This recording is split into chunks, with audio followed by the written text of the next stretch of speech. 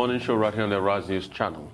Right, despite the inability of the federal government of Nigeria to provide potable water to a majority of its citizens, the National Water Resources Bill has passed the second reading in the House of Representatives and has been referred to as a House committee.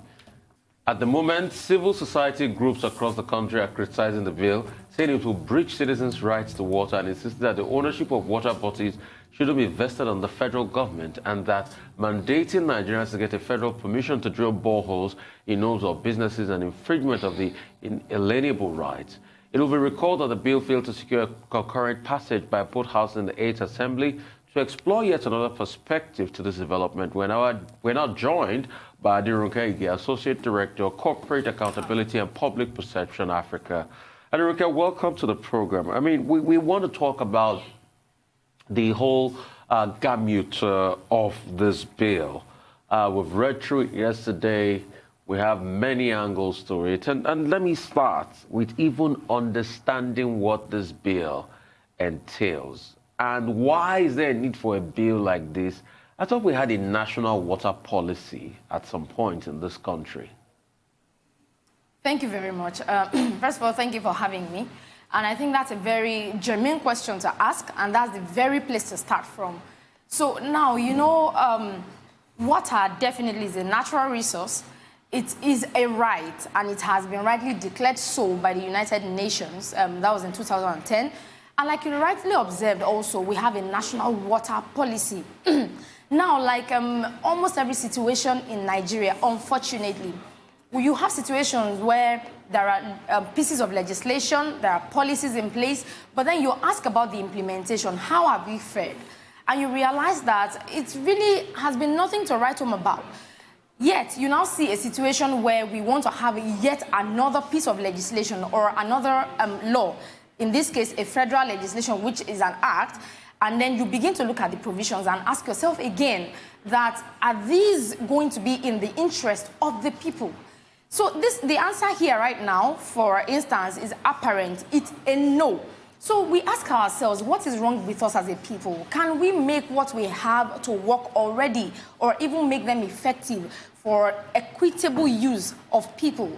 But then that is not what we have had so far. So you asked a question about the current bill that we have. It's a purported one to regulate the framework and the management of water resources in Nigeria. That is what it says on the face of the bill. In fact, the long title says, a bill for an act to establish a regulatory framework for the water resources sector in Nigeria, provide for the equitable and sustainable development management, use and conservation of Nigeria's surface water and groundwater resources, and other related matters. So that's the long title of that bill. But by the time you look at the provisions of the bill and you ask, are they correlating with that long title? It's another question, and it's a whole new situation entirely. The answer is a no. Well, Aderonke, if you're still there, okay, you're there, good. But what are the specific aspects of that piece of proposed legislation that you object to? Yeah. For example, I saw on the screen now Section 2, subsection 2. But Section 2, subsection 1 of that bill as proposed says that, look, all surface water and groundwater, wherever it occurs, is a resource common to all people. In other words, no private individual or company or community can claim ownership or control of water resource in any part of the country.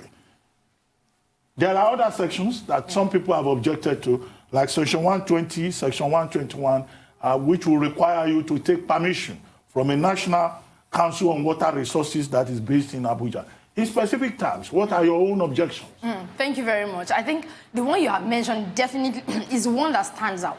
So, first of all, you know, when you look at what this bill is setting out to do, like you rightly observed, section or clause 2, sub 2 of that bill says there shall be no private ownership of water. So, in other words, this bill, if it becomes an act, is going to entrust all manner of control, every kind of ownership of water, regardless of the water body or the source of that water, to the federal government, in which case if you and I, as private citizens, are going to be providing water for ourselves, which first of all shows a failure, is the failure of government, because if public water is not working, or if public water was working, I might not have a need to start to look for another source of water for myself.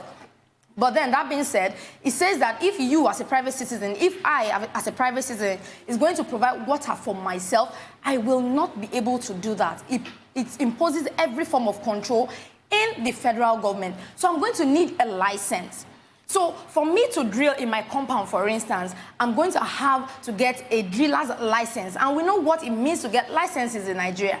So it's not just that. It's also the aspect of criminalizing any attempt as a private citizen for me to help myself, to provide water for myself, be it in my compound, in my place of work, however I want to provide it. So it criminalizes it. And that's another thing that we have against this bill. It doesn't just impose a fine. It also gives an alternative of imprisonment, you know, for any kind of breach of any provision of this bill if it does become an act.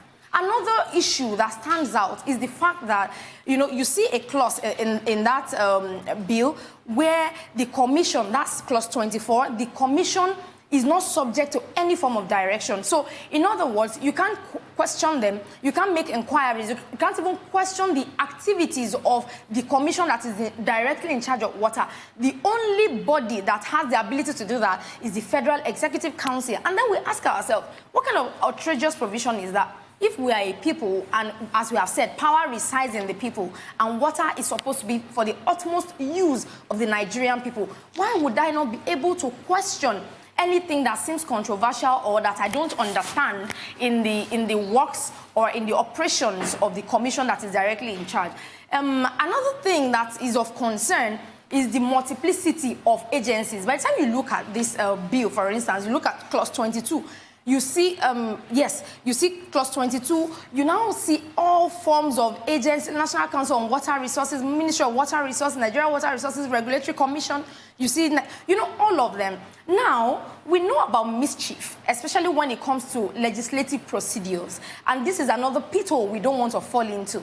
Now, when regulations, management, and different functions are scattered within bodies and agencies and commissions and so on, what we begin to have is a kind of confusion.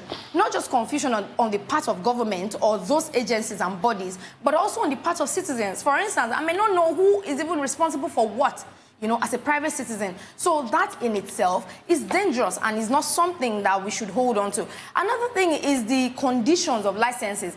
Now, this is actually outrageous, and I'll mention what I mean. So in a situation, you know, we talked about licensing.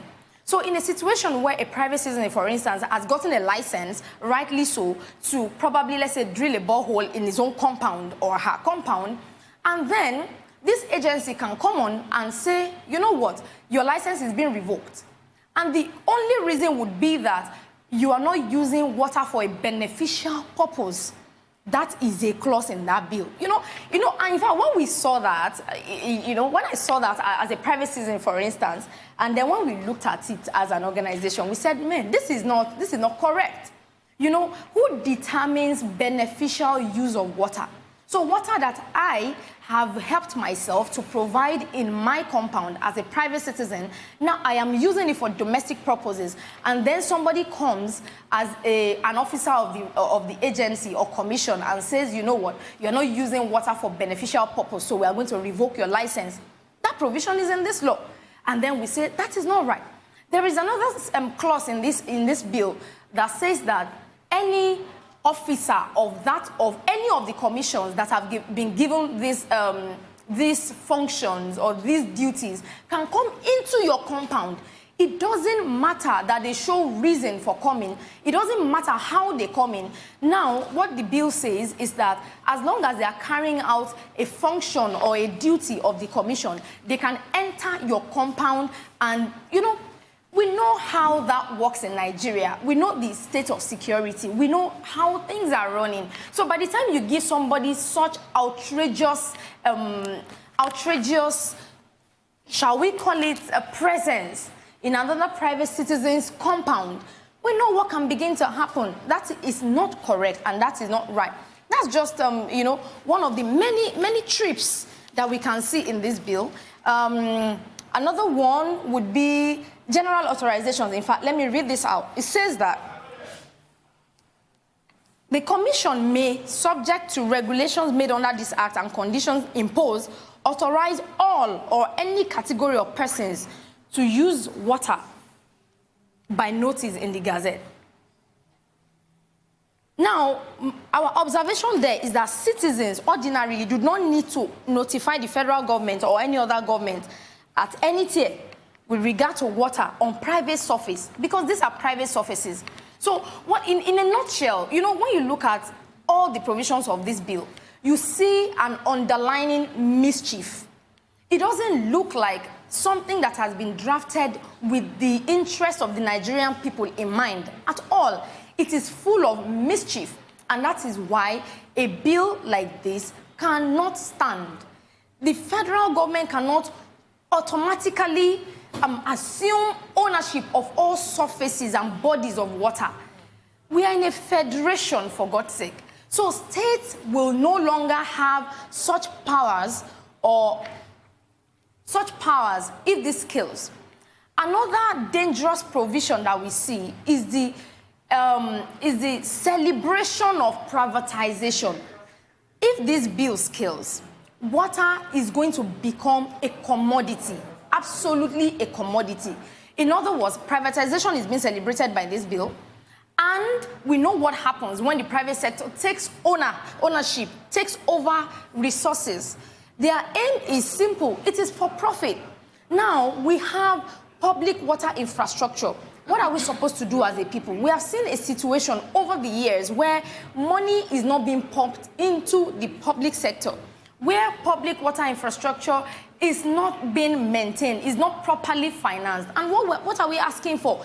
Is the effective management of public water infrastructure. It's very simple. Okay. If that is the case, then it will work. We shouldn't dodge responsibilities as a government and then put everything in the hands of the private sector. What happens is that people will suffer. Water will not be affordable, and it will only now become a survivor of the fittest. In other words, whoever can afford water will get water, and that is not correct. All right. Thank you so much for highlighting, you know, the graphs you have with this bill.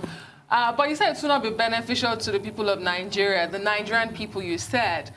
Let's for a moment consider the argument posed along regional lines and agricultural development. Large-scale irrigation schemes, as we know them, are very important parts of agricultural development in the northern region, where the state governments in that part of the country rely heavily on the federal government to control water resources through the management, you know, of those schemes for their agricultural development.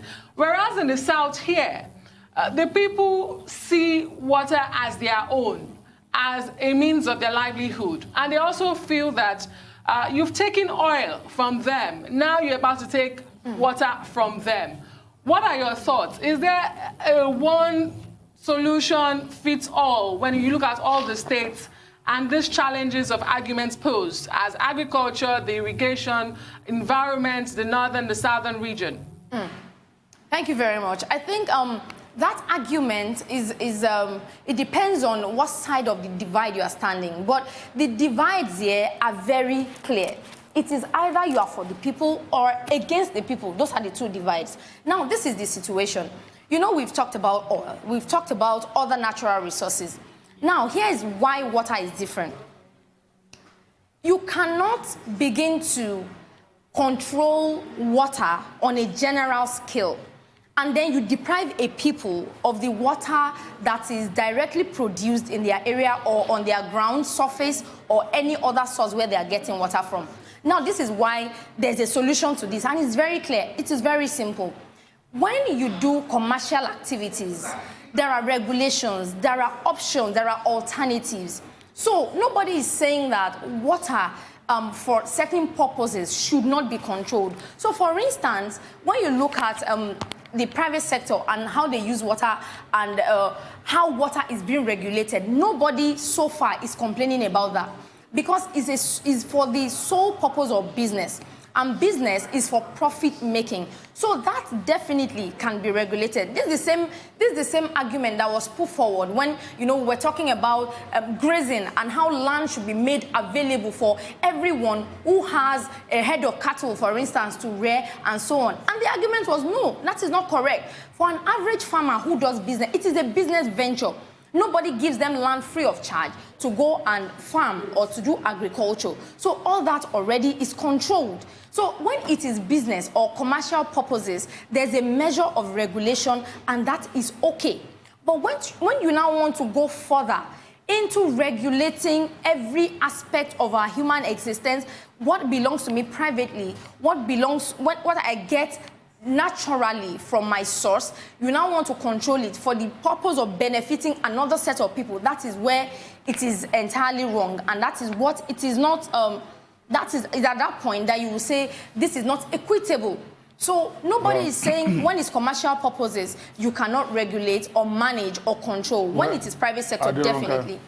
Sorry to interrupt you. We'll need to take a short commercial break. Please stay with us. When we return, the conversation will continue.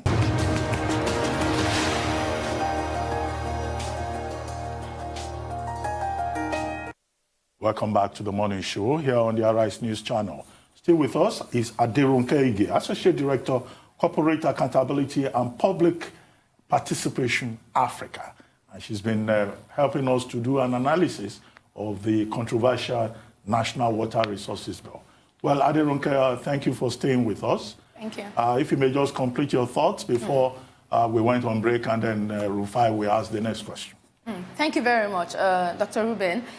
So the agitation of people that feel like, oh, now we are going to be deprived and we are going to be paying for the water that is being used in another part of the country is not unfounded. In fact, it is very much welcome. Because, you know, we have to also remember that the climate in which we operate is one where there has been distrust over the years, where people have seen how government can totally tilt towards one side to the absolute disadvantage of another side. So if we are running a true federalism, then we should run in the spirit of federalism. So by the time that you want to control water exclusively, we know that certain people are going to be deprived. So why not leave the structure the way it is? Whoever, if a certain state knows the quantity of water that is available to them versus what they need to use water to do, then they can regulate in that part of the country, in that region, or in that state. But to try to curtail the rest of the country, you know, while trying to serve another part of the country, absolutely, it is inequitable, it is unfair, it is unjust, and it is not in the spirit of federalism. This was tried in the 8th Assembly. It didn't sail through because I'm just reading, you know, in a Disney article here by Olusegun Adeniyi that he did a great work on itemizing some of the areas. Take, for instance, definition of banks. You know, when you say water bank, when you start to define things like, okay, about 200 nautical miles, offshore water and things like that. And it didn't sail because it was very covulated. Now, correct me if I'm wrong on this, I'm not even sure we're going to be granted public hearing on this. How are we going to nick this? What's going to happen? Thank you so much. In fact, you know, a lot of things call for concern. And that is the thing, you know, in a legislative process, especially when you are legislating on a public interest issue, you must have a public hearing. Now, you see how this bill came and looked like something that was pro-people in the 8th Assembly, and how we quickly rose against it and said, look, on the surface of it, this looks pro-people, but it is absolutely anti-people, and the way it was immediately discarded. Now, the drama we are seeing is the way that this was reintroduced now in the 9th Assembly, in a very secret manner.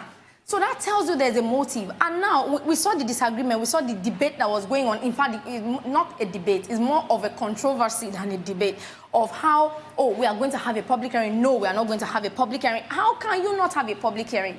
In the first place, you know, you look at who are the draftsmen and what is the motive, what is the intention that is underlining this entire bill. So who drafted this bill? Sorry to cut you in. Who are the draftsmen? It's an executive bill. Absolutely. So it came from the executive quarters. And, you know, that alone calls for concern. You can't legislate about people without the same people at the table. It is totally wrong. So when the House Committee chairman on Rules and Business was saying, oh, you know what, because this was introduced in the 8th Assembly and there was public hearing in the 8th Assembly, we are not going to have a public hearing now. That is not correct. Because every matter, every bill that dies in an assembly, when it is reintroduced, it's reintroduced de novo. In other words, it starts afresh. So this is an entirely new process, and a public hearing by statutorily has to be held. So that's why when you see the way that the whole moves are going and it looks like something is really shady and you don't want to carry the people along, is absolutely wrong. And that is how you know that something is fundamentally wrong with this whole initiative. It is wrong and terrible, especially when there's an outcry. You have to listen to the people. Okay, I'll make a comment and then I'll ask a question. The comment is as follows. Water is a very delicate subject because the world is experiencing water scarcity. And wars have been fought over water. The 6 Days War between Israel and its Arab neighbors was also over water, over the attempt by Israel to share out of the Jordan River Basin. And the Arabs opposed it. And then they had that six-day war in 1967. I mean, if you want trouble with Egypt, go and tamper with the Nile. Because the Egyptian will tell you, no Nile, no Egypt. So it's something we have to be very careful about. Absolutely. And if you look at the conversation in Nigeria, people are already casting it in a north versus south shape. Absolutely. Whereas there are states in the north, like Kebbi, like Taraba, that also have water resources. But here, the thing is become a divisive subject. But what would be your recommendation? Will you be recommending to the executive arm of government to withdraw this bill because it's so controversial? The leaders of the Middle Belt, they are saying that this is an attempt to grab land for cattle headers. So it's also been ethnicized. So what will you recommend? What will you say to the National Assembly, the executive that proposed the bill? Do you think that this is a bill that will just be withdrawn, shut down, the same way it was shut down under the 8th National Assembly? Yes. This is what happens when you fail to carry people along in the first place. So the recommendation is very simple. You know, there are situations you see sometimes and you say, okay, this can be salvaged. Let's just withdraw A, B, C, or remove A, B, C, and then we have a perfect document. This is not the case at all. So the recommendation will be an outright withdrawal, recall of this document because it is not serving the people. It doesn't look like it was drafted in the interest of the people. And then we have to keep reminding our government that, especially the legislature, now legislating is one thing, lawmaking is one thing, representation, which is another aspect of that work, is the major thing. You are, first of all, there as representatives of the people before even lawmaking. So that's what they have to always bear in mind. And the people always have to be carried along. So the recommendation for this one is totally clear. There has to be, first of all, a withdrawal of this document. It doesn't serve the people. It is not pro-people. So it has to be trashed, first of all. Then we come back to the table. We start drafting with wide consultations. Look at what is in the interest of the people. Because this is the point where we're even talking about integrating human right to water and sanitation in our national laws and policies, just as it was recommended by the United Nations General Assembly in 2010. That is what we should be talking about right now, not a way to commodify water again or to deprive people of water. You know, so that's where we are. An outright withdrawal, recall, or let's even call it a trashing of this document because it doesn't serve the people and it does not look good even in our public coffers. It doesn't look good at all and it can't serve the people. So it has to be withdrawn. Very quickly, Aderonke, do you admit that we do have challenges when it comes to regulating, when it comes to management of our water resources and bodies? Not just security-wise, talk about water transportation, potable water into the homes. Very briefly, do you accept that there's a challenge that needs to be fixed? Oh, definitely. There's a huge challenge. And for me, where I see the challenge basically is the lack of interest or lack of will to invest in the public infrastructure. You know, I see a way that government tries to dodge responsibility, and that's why every little thing we want to throw to the coffers of the private sector and say, okay, please come and help us out, and so on. So if there is a will, if there is interest in making the public sector effective, then we'll put the right investment in it, and we'll do an effective monitoring and management. Whatever we want to work in this country, we have seen how government can make things work when they want it to work. So this is not an exception. Water is not an exception. They can make it work, but it's not by privatization and it's not by this bill. Government just has to be interested enough to pump the right resources. Yes, well, thank you very much, Aderonke Ige, for the knowledge you've shared with us and our viewers this morning. I'm sure that the conversation would continue.